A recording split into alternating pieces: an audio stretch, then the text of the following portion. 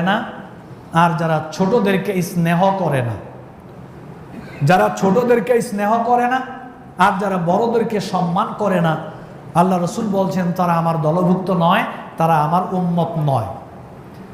তিরমিজির বর্ণনায় আসছে আল্লাহ রসুল বলেন, লাইসা মিন্না মান লাম ইয়ারহাম সগীরানা ওয়া ইউওয়াক্কির কাবীরানা।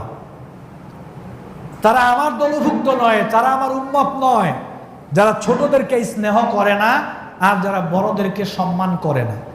এই হাদিসের দ্বারা বোঝা যায় বড়রাও অনেক ক্ষেত্রে আল্লাহ নবীর উম্মত নয়, আল্লাহ নবীর দলে নাই, আবার অনেক ক্ষেত্রে ছোটরাও আল্লাহ নবীর দলে নাই। আমাদের সমাজে দুইটাই চলে। অনেক ক্ষেত্রে দেখা যায় আমরা ছোটদেরকে স্নেহ করি না, খালি ধমকাই।